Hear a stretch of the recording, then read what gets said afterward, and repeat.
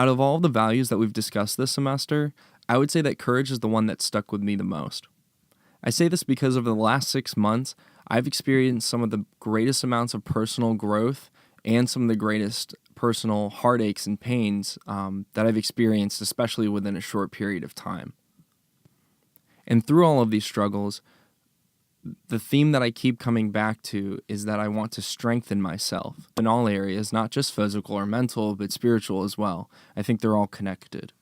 And I believe that in order to build strength, you have to have the courage on the first day and on the 100th day to stay committed to your program and to your goals, especially on the days when it seems the hardest and it makes the least amount of sense to stay committed. My summer began with some of the lowest lows that I've experienced since coming to college.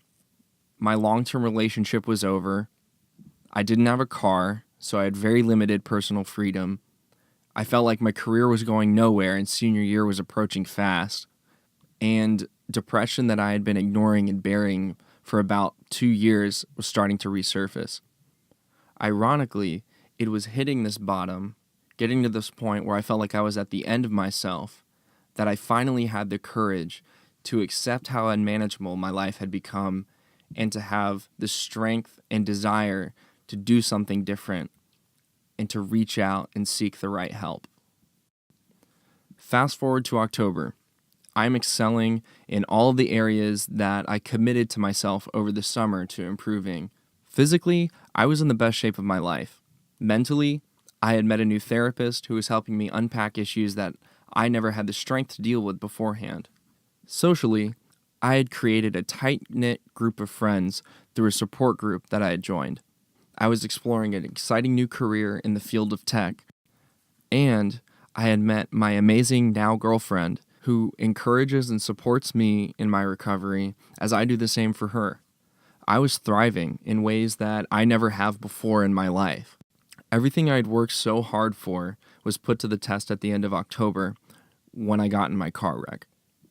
I was left with a concussion and without a car, and I felt the life that I had so carefully balanced and was so satisfied with start to spiral out of control. My brain couldn't think at its normal capacity. I had to take about a month and a half off of the exercise that had really helped both my physical and mental stability, and I no longer had the same personal independence that I had with my car. The rest of the semester, I've basically been playing a catch-up game where I feel like I've just been trying to make ends meet with past due assignments on top of final projects and studying for exams, while also trying to balance seeing my friends, let alone networking and expanding my professional portfolio in the ways that I was beforehand. And as I near this semester and classes come to an end, and I'm starting to get to a point where I can hopefully hit a reset button, and I feel like I might be starting to turn a new corner, I've been reflecting on Nietzsche and wondering what he would have to say about self-doubt, especially when applied to one's goals.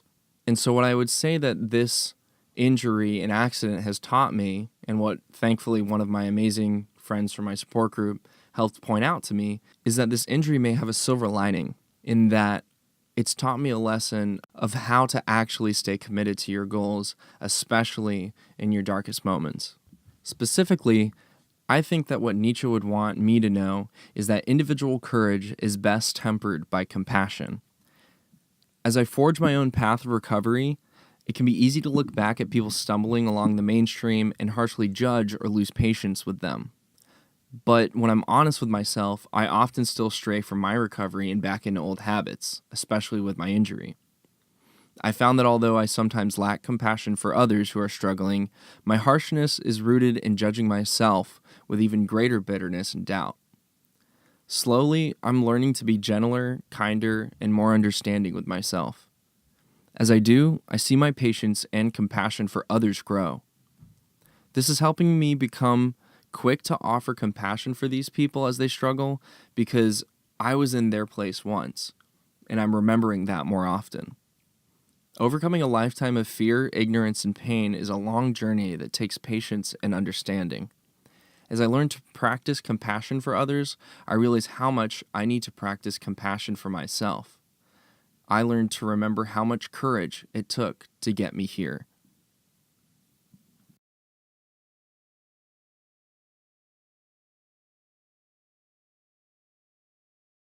What fascinates me about the road is it's a thought experiment of how far one would be willing to carry their hope in the face of complete disaster.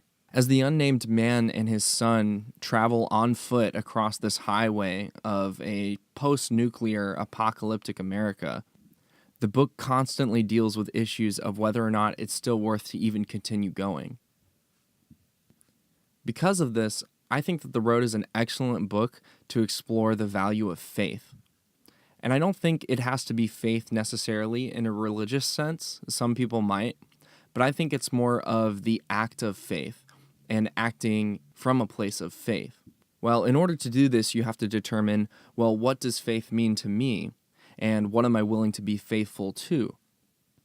My favorite example of a philosopher who deals with both theology and philosophy has to be Soren Kierkegaard, especially in his book Fear and Trembling. Kierkegaard describes three main phases of life that eventually lead to a maturation of faith. These areas he coins as the aesthetic, the ethical, and the religious. The first world is the aesthetic. This is essentially base reality, dealing with the material world and the beauty or pain or pleasures that are found in it. He says that most people live their lives stuck in the aesthetic world, which leads to essentially the confusion and sadness of a lack of self-awareness.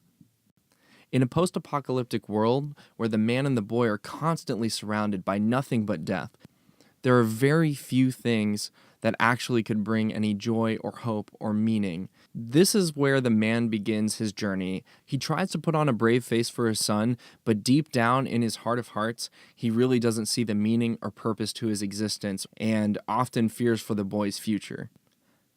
Early on, he thinks to himself, quote, "He said that everything depended on reaching the coast, yet waking in the night, he knew that all of this was empty and no substance to it.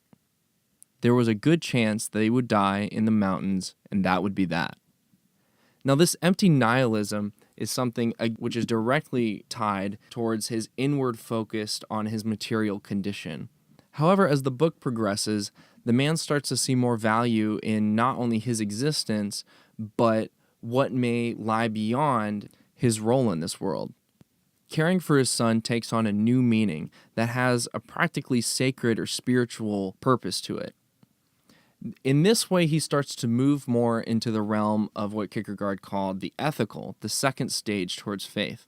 Even though the man often has a very negative view towards God, either denouncing his existence altogether or lashing out in bitterness, he also becomes more accepting and resigned to the limitations of his perspective on the world around him. At one point, the man kills another person who had threatened his son. When the boy questions him why he did it, the man replies, "You wanted to know what the bad guys looked like. Now you know. It may happen again. My job is to take care of you. I was appointed to do that by God. I will kill anyone who touches you." Now, the last and most spiritually developed stage of Kierkegaard's three models is the religious. In the realm of the religious, the night of infinite resignation from the realm of the ethical makes what Kierkegaard calls the double movement. This double movement is when the person is able to accept the finitude of himself and the world around him, but to also make the leap of faith and essentially put trust in the absurd, and to have full confidence that the absurd can very tangibly, concretely happen.